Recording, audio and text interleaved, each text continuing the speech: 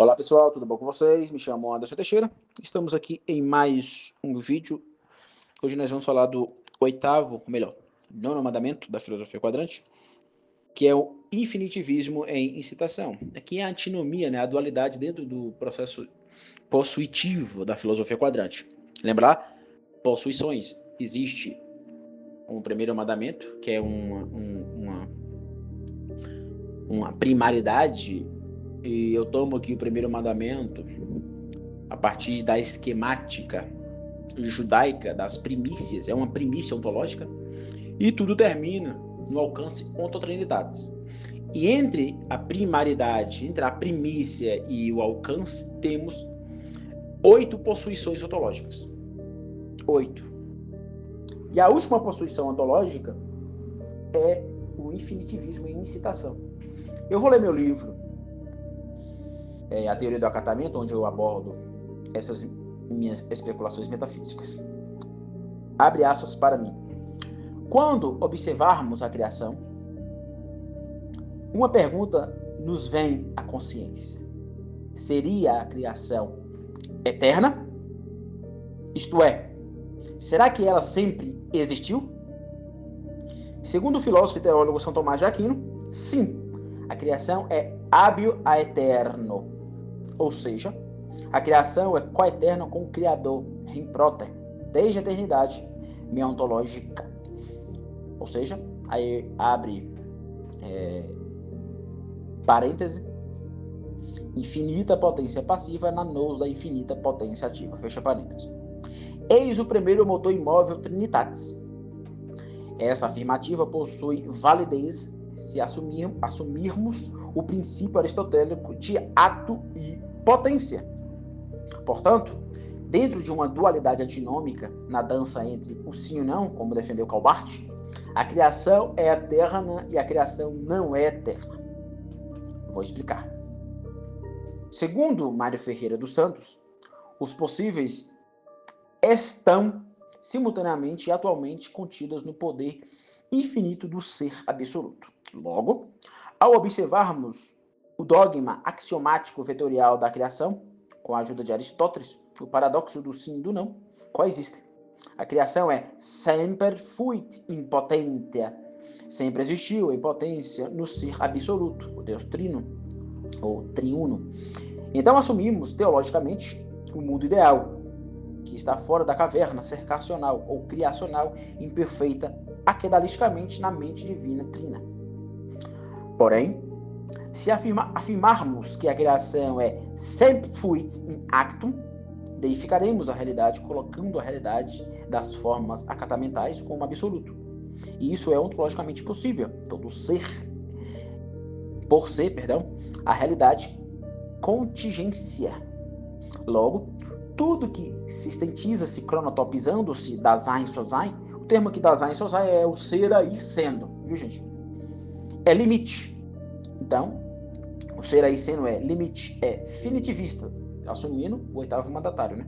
Portanto, a criação nem sempre existiu em ato formativo e potência material, mas sempre foi, desde a eternidade, hábil a eterno, em potência infinita passiva na nous do ser absoluto. Portanto, não há contradição na afirmativa passivista, passivo da realidade, enquanto não ser meontológico, eterna.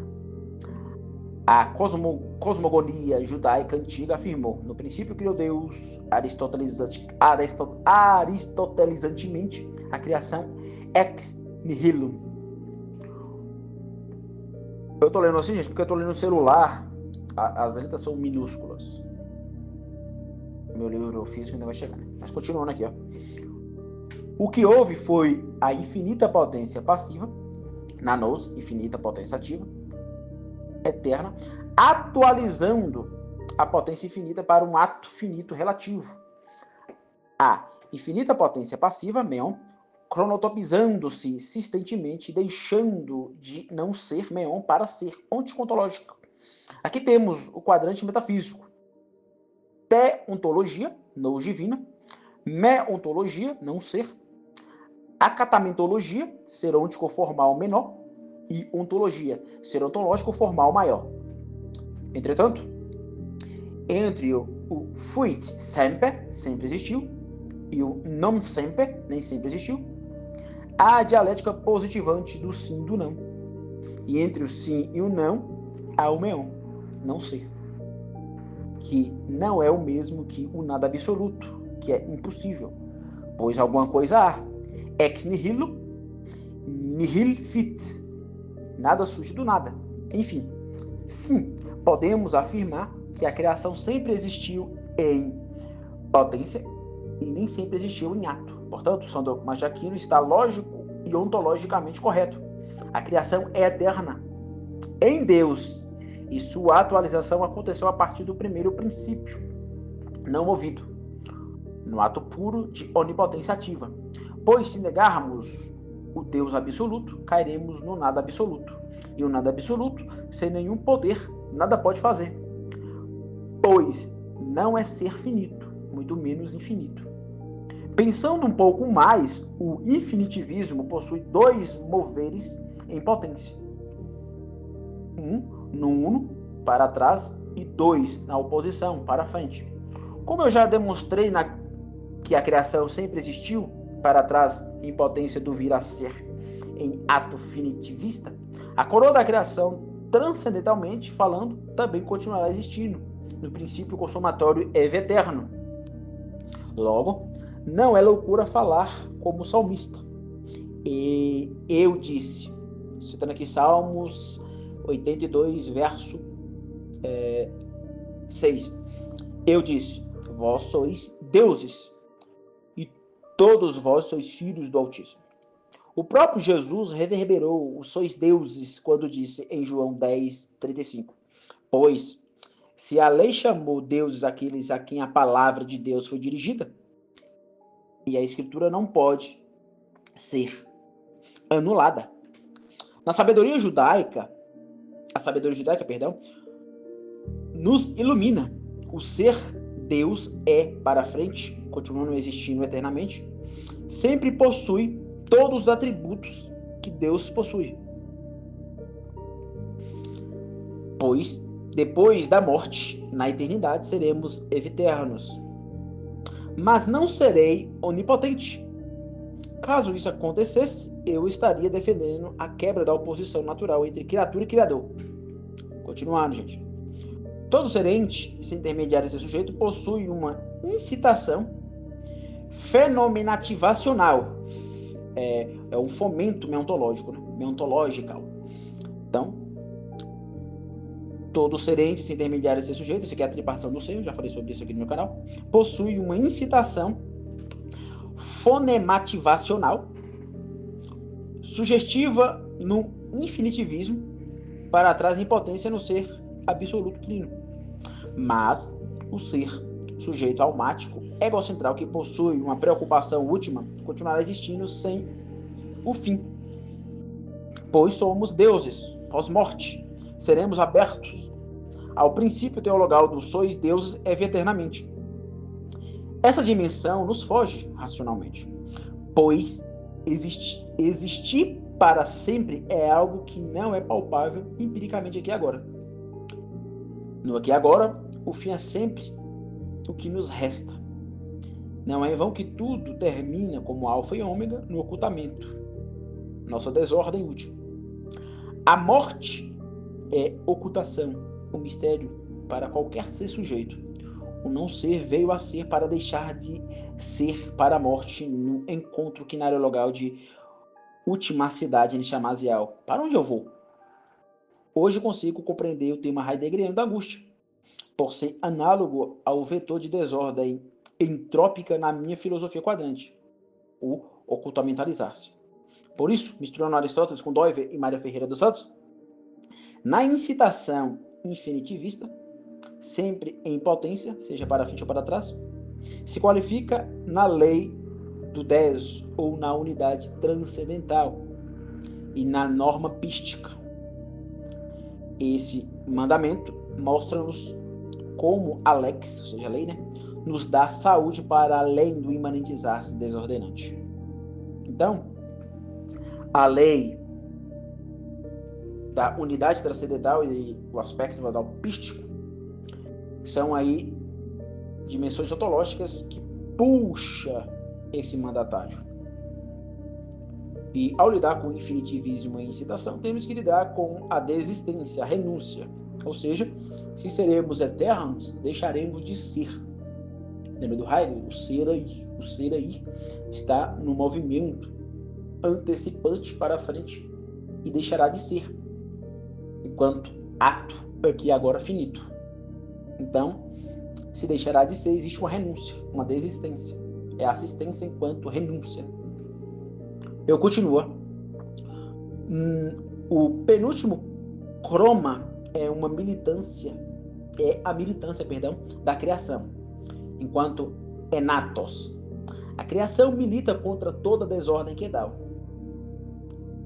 Se uma mente que age desordena a realidade normatizadora, a própria realidade militante destrói os efeitos noéticos. Logo, o terceiro princípio quadrante predomina diante do eu-outro e corrige-nos. A realidade circunstancial em si é engajante e lutante nas suas multiformidades acatamentais. Se existe, Sonstein, insistentemente Dasein, uma eclésia militante, deverá se estender-se numa criação militante. Um filósofo da ação é um filósofo milires, ou seja, um soldado defensor da coisa criatural, que milita pela verdade, mesmo que isso lhe custe a vida. O primeiro milis res foi Sócrates. Outro milis res foi Olavo de Carvalho. Ambos não estavam preocupados em expor uma doutrina filosófica. Porém, podemos perceber que esses dois filósofos eram polêmicos, dois belicosos guerreiros que fizeram guerra, polemos, pela verdade. A Igreja Invisível de Cristo necessita de defesa. Deus não. Contudo, o filósofo, para além da eclesiologia, tem apenas um dever de vida ou morte: defender a realidade onticontológica, destruindo os reducionistas metafísicos aprisionadores de mentes e almas. Um filósofo da ação é um apologeta militante da res, isto é, ele luta contra todos que absolutizam o relativo finito. O verdadeiro filósofo coloca-se contra aqueles que fazem guerra contra a verdade meôntica, ôntica e ontológica. Por isso o apóstolo Paulo, em Efésios 5, do verso 11 ao 14, disse: E não vos associeis às obras infrutíferas das trevas. Pelo contrário, condenai-as, pois é vergonhoso até mesmo mencionar as coisas que eles fazem às escondidas. Mas todas essas coisas, sendo condenadas, manifestam-se pela luz, pois tudo que se manifesta é luz. Por isso, se diz: desperta, tu que dormes, levanta-te dentre os mortos e Cristo te iluminará. Então aqui termina as minhas especulações sobre o infinitivismo em citação. Então, como eu tinha dito, gente, o infinitivismo ele é puxado por duas leis, melhor dizendo, eu ia falar dois aspectos modais, mas a unidade transcendental é uma lei pitagórica captada pelo Mário, ou melhor, reestruturada pelo Mário. Os pitagóricos já falavam disso, né? O Mário dá um valor ontológico para a década sagrada pitagórica. Então, a unidade transcendental e a norma pística puxam o infinitivismo em citação. E falar de infinitivismo já é falar de desistência. Porque, lembra da antropologia da filosofia quadrante, aqui na areologia? Qual é a última pergunta? A última pergunta é enxamasiológica. Que pergunta é essa? Para onde eu vou? Esse para onde eu vou não é para onde eu vou no fato. É depois do fato. É o ser para a morte. Tá entendendo? Então, aqui entra a desistência. Deixar de ser. Mas como eu não vou voltar para o meon, porque, como diria o Olavo, tudo que aconteceu não desacontece, tudo que entra na ordem do ser não volta ao não ser. Ser, o er, e o er aonde? Na nous divina, na infinita potência ativa. Então, a unidade transcendental puxa esse mandatário do infinitivismo em incitação, porque tudo volta a Deus. Deixaremos de ser de modo desistente, assistência, renunciando-se, né? O prefixo des ou de indica justamente isso, uma renúncia. Então, a renúncia que o meu eu enfrentará é uma renúncia última, ou seja, o meu eu irá para a morte. Um dia iremos morrer. Por isso que Platão diz, filosofar, outros também disseram, né? Mas o Platão foi o primeiro. Filosofar é aprender a morrer. Aqui tem a ver com os mandatários. Tem a ver com o infinitivismo e incitação. É uma incitação, estou incitando. O que significa incitação aqui, Anderson? A realidade, ela é um fomento. A realidade, ela é estimulante. E quando eu uso esse mandatário aqui, eu estou trabalhando justamente isso aqui. Ou seja, a desistência, a renúncia. O meu ir para a morte, o meu deixar de ser é incentivante. É fomentativa, é estimulante. Que assombra o ser humano, que causa angústia. Então você é Deus. Eu sou Deus. Nesse sentido. Que sentido? No sentido de que não vamos morrer. Não estamos indo ao nada absoluto. Pelo contrário.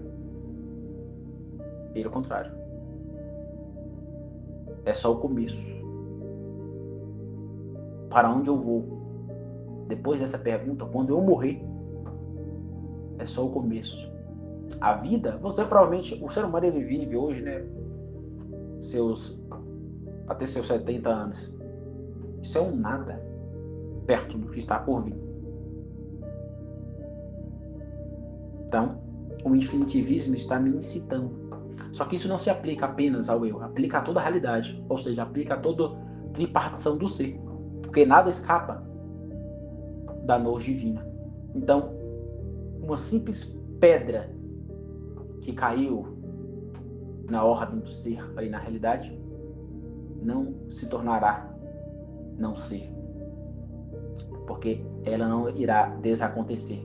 Então, tudo que está acontecendo agora não desacontecerá. Está na nous divina, na infinita potência ativa. Então, esse é um mandatário e aplica-se sobre tudo que existe na realidade. Então, quando falamos aí da desistência, podemos lembrar justamente do conceito aristotélico, né, de potência. Só que não é uma potência dentro da ordem do tempo, é uma potência que haverá de terminar. Enquanto finito. Contexto beta. Tá entendendo? É só você lembrar, gente, do corpo glorificado. É só lembrar da tímese, novamente, tímese parabólica do Mário, a inteleque aristotélica. Então, a potência, ela pode ser consequente e antecedente, ou seja, a potência, tomando aqui no sentido do Aristóteles, ela pode ser vista de modo retrocipante e antecipante. É sempre uma virtualidade. E a gente entende isso quando a gente estuda aquilo que o Olavo chamava de ciclo de latência. Porque a latência não é só uma latência futurística, para frente, o que vai acontecer com aquilo. Mas o que aconteceu com aquilo? Aí é só você pegar a ideia da ordem do tempo. Tudo é uma fração. Quando eu digo tudo é uma fração, aquilo que chamamos de presente é fração. Eu não gosto de falar de presente, eu gosto de falar de fração. Tudo é fração, aqui e agora. E aquilo possui uma circularidade latente, passada e futura, naquele aqui e agora, onde eu vou assumindo consciência de latência e vou vendo as possibilidades virtuais e não possibilidades virtuais naquela atualidade aqui e agora fracionada. Tá entendendo? Então, quando a gente trabalha em incitação, a gente está trabalhando uma potência antecipante última. E nos resta o quê? Nos resta a fé. Aí vem o dó, vem norma pística, aspecto modal pístico, a fé. O que vem depois da fé de modo antecipante? Vem a eternidade. Porque não existe um aspecto modal depois da norma pística. Por exemplo, se não existe uma antecipação na norma pística, o que temos é o Eve eterno, temos que trabalhar também a retrocipação no aspecto modal numérico. Claro, eu estou assumindo aqui o esquema do Everdiano, né? Se eu retrocipo no aspecto modal numérico, temos o meon. Se eu antecipo na norma pística, temos a eternidade. Tá entendendo? Então aqui é uma leitura bem interessante. Pegando aí essa semântica do São Tomás de Aquino e a semântica do Doiver, ou melhor, do Mário Ferreira dos Santos, aplicando sobre o Doiver, aplicando sobre a ontologia do Doiver. É bem interessante fazer isso. Então, a ideia, né, do semper fuit in potentia. Semper fuit in potentia diz respeito a essa temática.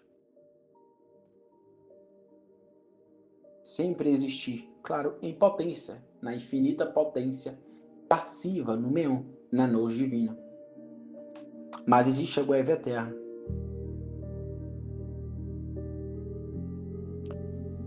Uma pergunta bem interessante, né, sobre esse conceito de ato e potência é justamente essa. Quem vem primeiro?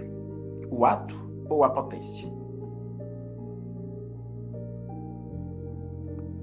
A resposta é: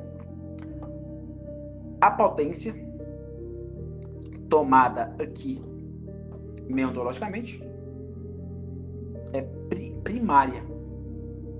Mas o ato tomado existentemente também é primário. Mas se a gente for usar apenas o esquema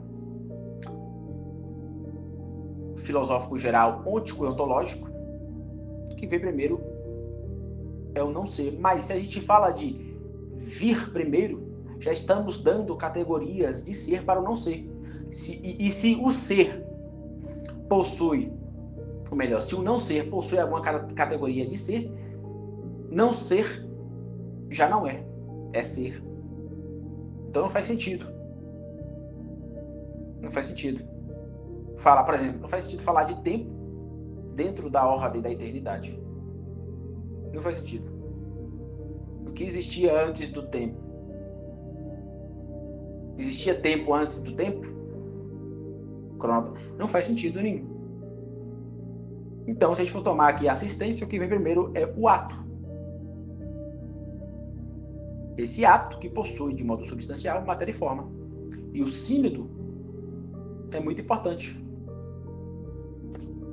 Porque não tem como separar. Quando eu digo que na teoria do acatamento que o ato formativo vem primeiro, depois a matéria, a potência materiável, Delta, né? Isso é uma sentença fenomenológica, gente. Não é uma sentença ontológica. Não tem como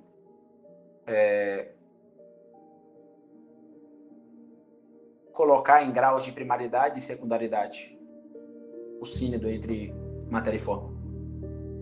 Vamos assumir que é o quadrante. O quadrante, dentro da simbólica do quadrante, nós vamos encontrar Deus e a realidade. Tiro eu outro. Deus criou a realidade. Ao criar a realidade, criou ela de um modo sinodal. Sínodo entre matéria e forma. Morfé, Rilé. Rilé, Morfé. Quem vem primeiro? Nenhuma das duas vem primeiro. Elas vêm de uma vez só. Mas, quando o meu eu, de modo intencional, acatamenta a coisa, o que vem primeiro é justamente a forma. Depois a materialidade. Como eu percebo a forma, o sujeito que vai ao objeto usando de modo racional a homogeneidade. Ele homogeneiza o mundo das coisas e, claro, ele pode também usar sua intuição e perceber as heterogeneidades daquela coisa. Conhecendo, desconhecendo, né? Seus variantes e variantes. Percebendo as suas virtualidades e a sua atualidade. As suas não possibilidades e as suas possibilidades. Tá entendendo? Então, essa pergunta, o que vem primeiro, ato ou a potência, é uma pergunta que não faz sentido, filosoficamente falando, a partir de Aristóteles, usando aí a ideia do sínodo, não faz sentido. Não faz sentido. Veja, é errado dizer a criação sempre existiu em ato. Em ato, gente, tudo é contingência, é limite, é finito. Então, como eu vou dar eternidade para aquilo que é contingencial, que é limite, que é finitivista, que é imperfeito, imperfeito no sentido relativo do termo? Então, não faz sentido algum. É uma contradição lógica e ontológica. É uma contradição, primeiro, ontológica, segundo, ôntica e, claro, lógica. Entre contradição nos 3 níveis: lógico, ontológico e ôntico. Então, a criação nem sempre existiu em ato, mas sempre existiu em potência, no ser absoluto. Então, o que houve foi Deus resolvendo criar a realidade na sua atualidade sinodal, na sua substancialidade, dando matéria e formalidade àquilo que existe, e criando a realidade como ordem. E ao criar, cria já com imperfeitabilidade, porque tudo aquilo que é criatura é contexto beta, e tudo que é contexto beta é relativo. Então, uma vez alguém me perguntou: Anderson, se Adão era perfeito, por que ele pecou? Não sei se você que é cristão já ouviu isso, né? Se ele era perfeito, por que ele pecou? Gente, ele não era perfeito como Deus. Já vi gente cometendo esse erro. A perfeitabilidade de Adão era como a perfeitabilidade do contexto alfa. Isso é um erro. Não é. Adão e Eva, antes do pecado original, não eram perfeitos no sentido de contexto alfa. Eles eram perfeitos no sentido de contexto beta. E é justamente por eles serem imperfeitos porque havia ali no Éden a possibilidade. Dentro da sua virtualidade latente, havia a possibilidade do pecado. É impossível aquele que é perfeito errar. O que disse isso? A perfeitabilidade de Adão e Eva era uma perfeitabilidade moral, ética, sem desordem. Ou seja, era uma perfeitabilidade de inocência. Não era uma perfeitabilidade de onipotência. Vou repetir. A perfeitabilidade de Adão e Eva era de inocência e não de onipotência. Porque se dissermos que eles eram onipotentes, quebramos com a distinção criatura e criador. E só o Criador é Criador. Deus não cria outro Deus. Ou você acha que Deus iria criar Adão e Eva como ele? Não, isso é impossível. Isso cai naquele mesmo erro, aquela piadinha que a gente burra faz. Se Deus é perfeito e é onipotente, por que ele não faz uma pedra que nem ele tem a capacidade de levantá-la? Essa pergunta ou melhor, essa sentença, não é nem a pergunta, né? É uma sentença. Essa sentença, ela é burra por natureza, porque Deus é um ser totalmente lógico. Então, se alguém perguntar, Deus pode fazer tudo? Logicamente, sim. Deus pode fazer tudo, inclusive coisas que fogem da sua estrutura lógica? Não. Então, gente, Deus não pode fazer tudo. Isso é uma heresia. Não é uma heresia. Deus não pode pecar. Deus não pode criar outro Deus. Por isso Adão e Eva não eram deuses. E por isso eles pecaram. Eles eram perfeitos no sentido de serem inocentes, não perfeitos, onipotentes. Então, quando nós olhamos para a eternidade, eu gosto sempre de usar o modo aristotélico, né, a potência antecipante. Usando aí a categoria do Doiva, a potência antecipante pós-norma pística, a eternidade. Então, em potência para frente, quando a cortina do ocultamento da morte cair, os que estão em Cristo continuarão existindo no infinitivismo em delícia. Os que não estão em Cristo perecerão eternamente. Outro ponto. Eu cometi pecado durante 80 anos. Como eu vou ser julgado eternamente, ser lançado no inferno? Deus, quando contempla o seu pecado, por isso tudo que aconteceu não desacontece. Deus, ao contemplar todo o seu pecado, ele contempla eternamente, meu bonitinho. Pare de medir Deus pela sua régua finita, relativa, contingencial. Então, é totalmente injusto. Então, o homem condenado sofrerá eternamente porque Deus, ao contemplar o seu pecado, o contempla, vamos dizer assim, né? Vou usar esse termo aqui, contemplar, é meio equivocado, mas vou usar para entendimentos pedagógicos. Deus, quando contempla o seu pecado, a contempla eternamente em ira. E a reação de Deus perante não só desordens, mas ordens também, né? Mas perante essa desordem que será o inferno, é uma reação sempre eterna. Ou você acha que Deus vai agir de modo contingencial, de modo finito? Não. Toda a ação de Deus deve ser entendida pela sua natureza ontológica, que é eterna. Então, por isso que o inferno é eterno, porque a ação do infinito perante o finito é sempre infinita.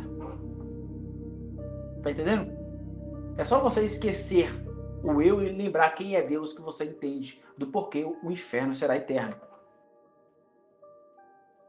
Mas é injusto porque eu pequei durante 70 anos, então eu tenho que sofrer. Não, não é injusto. Se a gente entender quem é Deus e como ele age, e que toda a sua ação, ontologicamente, é uma ação que deve presumir a sua essência eterna, significa que ele age diante ordens e desordens, ele age eternamente. Ele não age de modo finito, limitacional. É outro ponto importante aí. Inclusive, sois deuses de modo eterno, se aplica não só ao reino da luz, mas ao reino das trevas. Esse é um ponto importante para a gente lembrar. Então, gente, a unidade transcendental, que é uma lei pitagórica, diz respeito ao quê? Diz respeito aqui. Todas as coisas dentro do plano macro são integradas em direção ao bem transcendente. A unidade transcendental triuna. Veja o que o Mário Ferreira Santos disse. Todas as coisas que são por participarem do infinito poder daquele que é a suprema e a primeira origem de todas as coisas. Esse termo aqui, infinita ou infinito poder, do infinito poder daquele que é supremo. Por isso que Deus age diante o finito de modo infinito. E por isso que o inferno será eterno. O inferno ser eterno é totalmente injusto. Com a sua própria natureza de infinita potência ativa. Compreenderam? Então, tudo que é ato infinitiza-se numa potência para trás, meio ontológico, e para frente, é a eternidade. Isso mostra que a estrutura pitagórica puxa esse mandamento quadrante. Porque, gente, a lei denária rege todas as coisas nas suas aspirações. Aspiração ao quê? Aspiração ao bem supremo.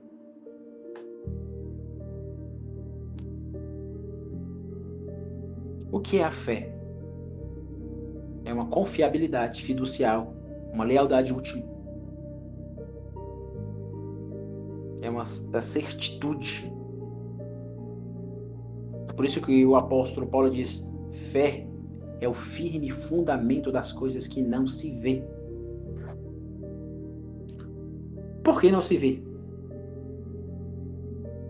Porque o que não se vê é potência. E em potência ao infinitizar-se. Então, a pistis, a fé, lida com a certeza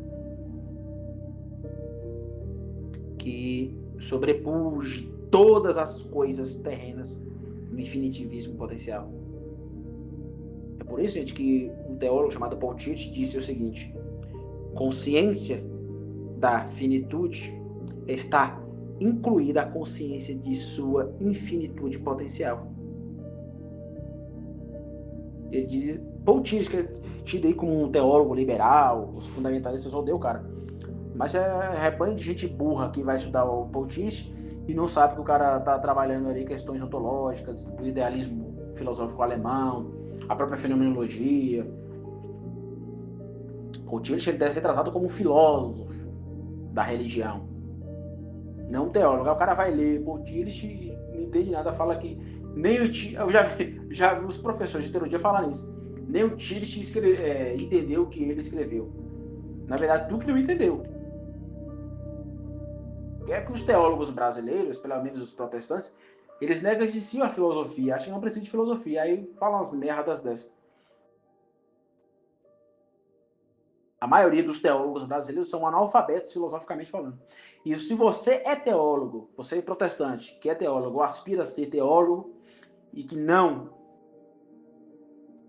gosta de estudar filosofia, sinto muito, você vai ser um péssimo teólogo. Um péssimo teólogo. Por isso que há péssimos teólogos no meio protestante. Se você for no catolicismo, a primeira coisa que os teólogos católicos estudam é filosofia. Por isso que os católicos são mais preparados. Porque faz o dever de casa. Então é isso, gente. Próximo episódio nós entraremos no último mandatário.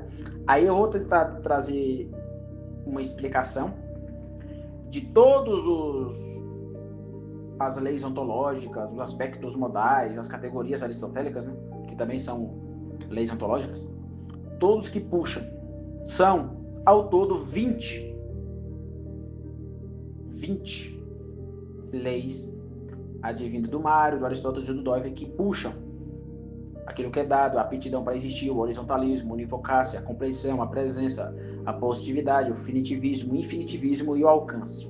Só que no último mandamento temos o alcance e ontotrinitatis, que falta falar. E eu irei falar no próximo episódio sobre o último mandatário da filosofia quadrante. Então, valeu, galera. Muito obrigado. Tchau, tchau. Até a próxima.